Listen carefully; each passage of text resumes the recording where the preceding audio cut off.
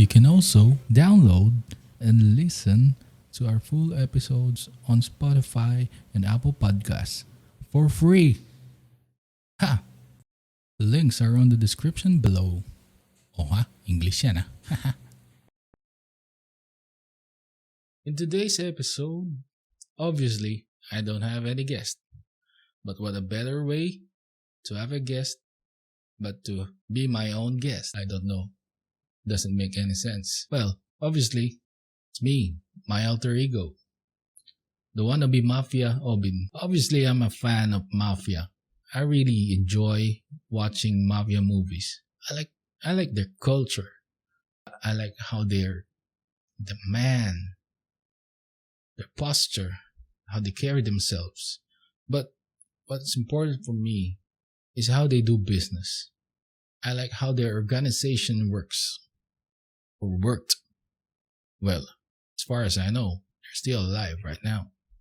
They're not that kind of a big deal anymore. But it's good. Well, for now, we're going to talk about best quotes from the movie The Godfather that you can apply in your business.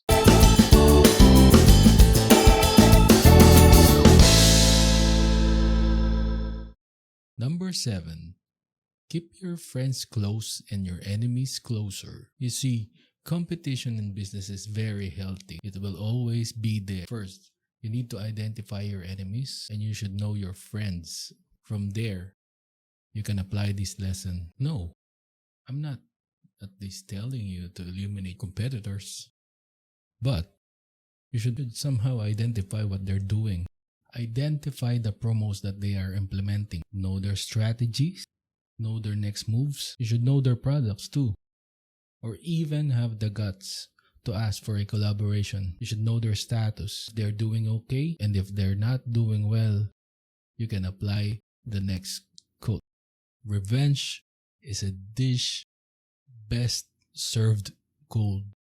I'm not saying that you should get revenge. It's a bad thing. No. But what I'm saying is you should somehow consider applying your next move while your opponent is weak. In business, timing is very important. You should know when to attack. You should know when to retreat. Choose your battles. But what I'm saying is your attacks must always be when least expected. Never hate your enemies. It affects your judgment. What are your usual enemies in your business? Number 1, sales is not going well. Number 2, your employees are not hitting the numbers. Number 3, can be your employees' attitude. Number 4, whenever you feel like your competitor's winning. Number 5, whenever you feel like you're nearing bankruptcy. Or the other way around, when you feel like you're happy. Or when you feel like you're winning over your competitor. Emotions should never be a thing in business. Never ever channel your emotions in business. It will give you terrible results. You will never come up with a brilliant plan or strategy when you got your emotions at your back. Number 4, never tell anybody outside the family what you're thinking. Business is a world of trust. You should have at least a confidant inside your business. Or in the words of the mafias, the consiglieres, you should know by now who you should trust in your business. If you want to have your next step come in fruition, then never tell it to any untrusted employees or even your untrusted partners. As they might tell it to your competitors, they might spill the tea. The only time that you should tell your plans or your next move is whenever you're ready to implement it. Number 3, I have learned more in the streets than in any classroom. Schools will teach us math, science, and other basic principles. But the streets is where you have to apply these principles. In real world, these principles will not always be applicable. You have to figure out those answers on your own. You know your basic principles in business? Congratulations. But let's see if it always be applicable in the world of business. In the words of my favorite YouTube motivator, Mr. Patrick Bet David, he said something like this. Well, I'm not gonna repeat what he said verbatim, but it goes something like this.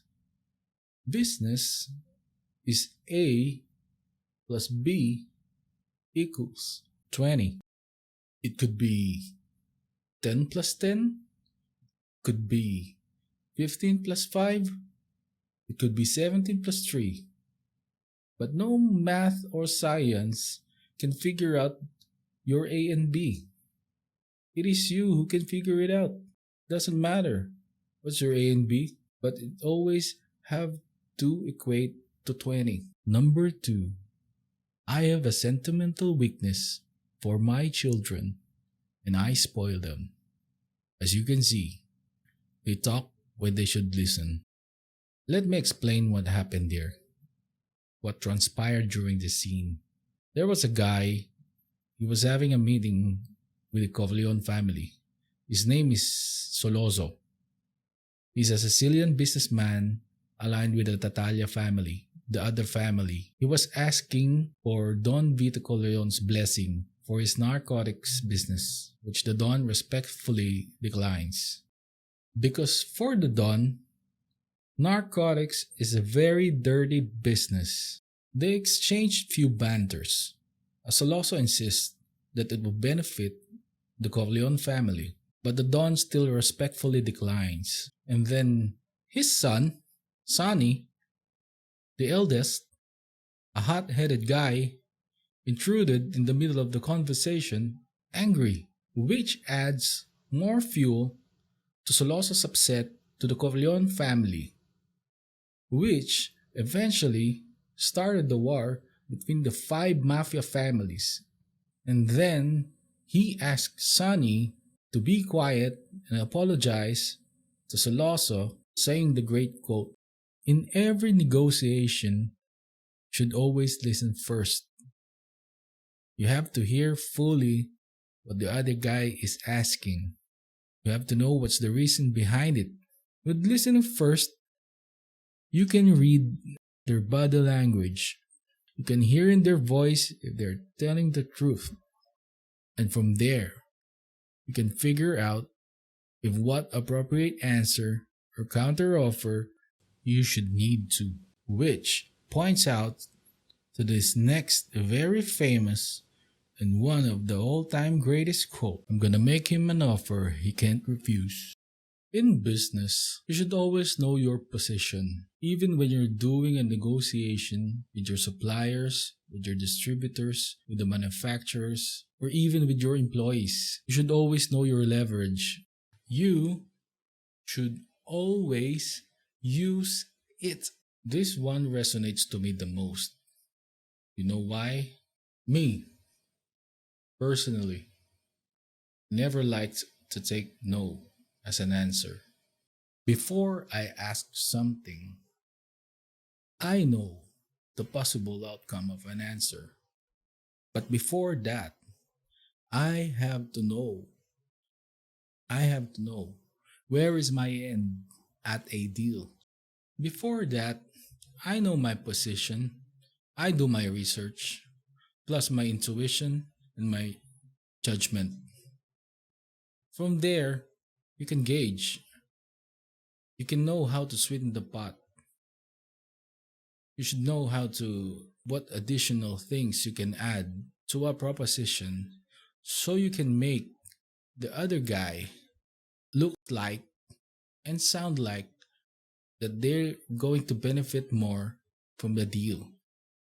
So those are the best Godfather quotes that I always apply whenever my mind is in business mode. What's on your mind?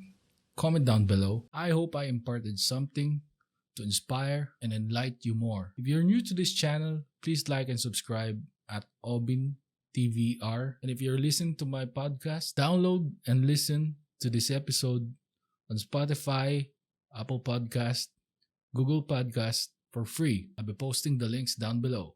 Till next time, see ya.